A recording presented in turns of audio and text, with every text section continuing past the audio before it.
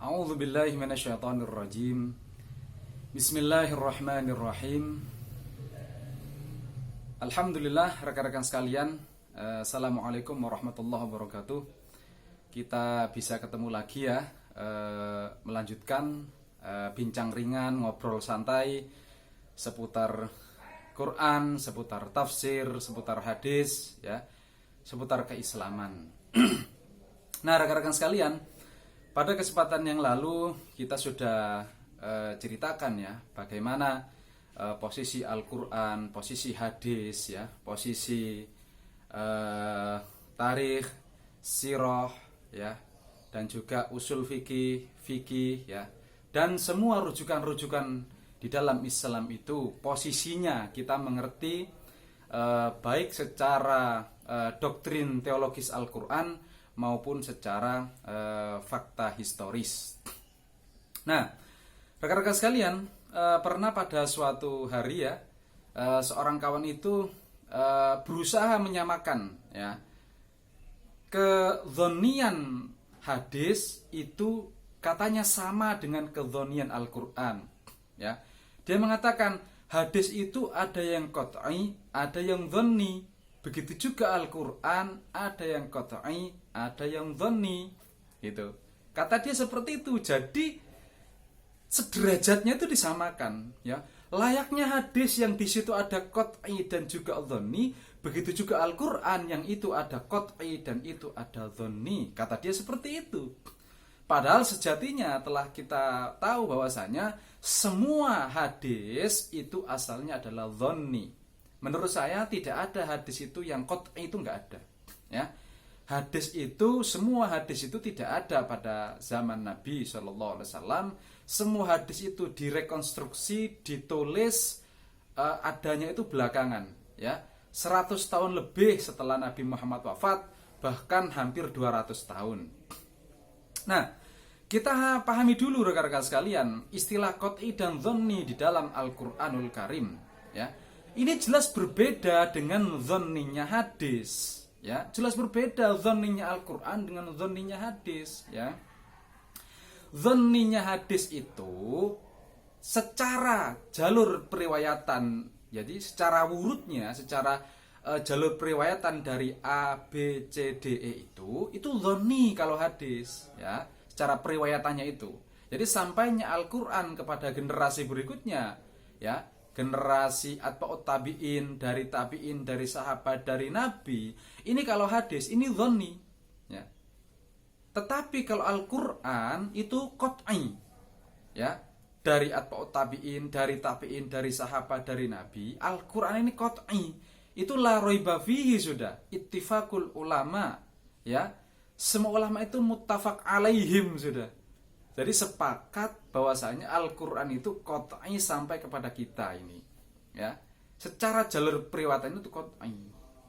Nah, yang jadi masalah adalah ketika kawan itu menyamakan dzonninya hadis dengan dzonninya Al-Quran. Ini jelas berbeda. Memang Al-Quran itu, memang ada yang mengatakan Al-Quran itu dzonni. Betul dzonni memang, tetapi dzonninya Al-Quran itu adalah dzonniyud dalalah. Dzonni dugaan tafsirnya maksudnya. Jadi relatif atau nisbi kebenarannya itu, atau diduga benar itu adalah tafsirnya Al-Quran. Ingat ya, tafsirnya, bukan Qurannya. Yang dzonni itu bukan, yang nisbi, yang relatif itu bukan Qurannya, teksnya itu. Qurannya, teksnya itu qat'i ya. Tetapi tafsirnya, pemahamannya itu dzonni. Di sini kekeliruannya itu. Menyamakan dzonninya hadis dengan dzonninya Al-Quran, ya jelas salah itu ya. Kalau hadis ini baik dzonniyul wurud ataupun dzonniyud dalalah, dua-duanya ini dzonni hadis itu. Tapi Al-Quran itu qat'iyul wurud, memang dzonniyud dalalah. Dzonniyud dalalah itu maksudnya adalah penafsirannya itu nisbi, relatif, tidak mutlak kebenarannya. Ingat ya, penafsirannya. Siapapun, sekali lagi ulamanya di dunia ini, yang tidak ada yang berani memutlakkan kebenaran tafsirnya gitu. Kalau Al-Qur'annya teksnya itu 30 juz ya, 114 surat ya, 6 ribuan sekian ayat, itu qat'i tetapi tafsirnya itu relatif atau dhonni, ya. Ini yang disebut dengan dhonniud dalalah. Jelas berbeda dengan hadis, berbeda rekan-rekan sekalian. Jangan sampai kita menyamakan dhonninya hadis dengan dhonninya Al-Qur'an. Ini dua hal yang sangat berbeda.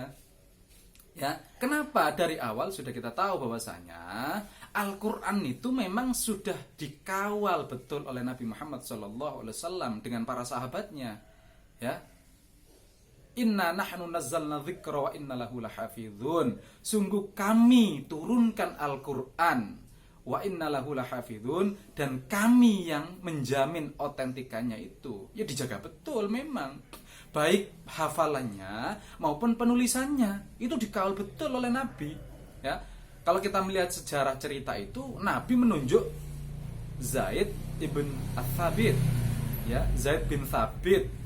Ada cerita lagi itu Ali bin Abi Thalib, Muawiyah bin Abi Sufyan, dan Ubay bin Ka'ab. Ini yang terekam menurut cerita sejarah orang-orang yang ditunjuk langsung oleh Nabi di dalam proses penjagaan Al-Qur'an itu.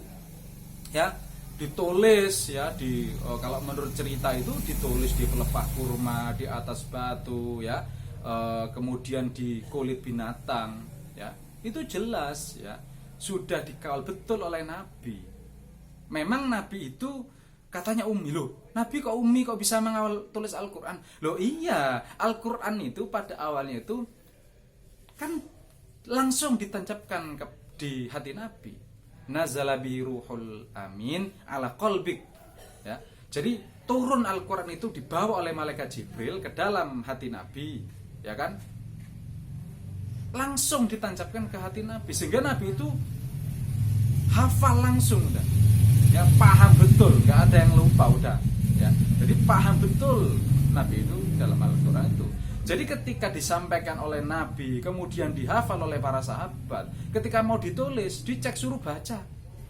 Misalkan seandainya betul ya, Nabi itu ummi dalam artian sama sekali tidak mengerti baca tulis, nggak ngerti huruf sama sekali misalkan, itu bisa mengecek tetap Nabi. Ya, kan suaranya kan betul gitu, cocok dengan hafalan yang ada di kolbu Nabi itu. Ya, jadi proses penjagaan Al-Qur'an, proses pemeliharaan Al-Qur'an secara historis ya, secara sejarah maupun fakta historis manuskrip Al-Qur'an abad ke-1 Hijrah atau abad ke-7 Masehi itu ya, baik itu juga menurut Al-Qur'an itu benar-benar qat'i sudah. Itu sudah sepakat ulama sudah ya, nggak ada keraguan sedikit pun ya. Jadi tidak betul ya, dhonninya Al-Qur'an itu disamakan dengan dhonninya hadis. Tidak betul. Jadi secara wurudnya, secara periwayatannya Al-Qur'an itu qat'i, pasti betul ngeplek Quran yang ada yang sekarang itu yang ada pada kita, ngeplek tulisannya ya, mau suaranya gitu. Itu ngeplek yang dipakai oleh Nabi Muhammad SAW. Tidak ada yang berubah sama sekali. Ya.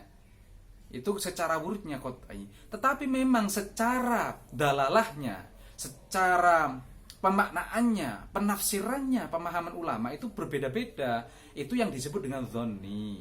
Jadi dhonninya itu tafsirnya, bukan teks Qur'annya dhonninya itu. Kalau hadis ini dhonni dua-duanya. Dhonni secara wurudnya dan juga dhonni secara dalalahnya. Karena untuk menafsirkan hadis itu juga ditinjau dari asbabul wurud. Asbabul wurud secara mikro, konteks mikronya yaitu latar belakang hadis itu muncul maupun latar makro konteks Arab pada saat itu, rekan-rekan sekalian.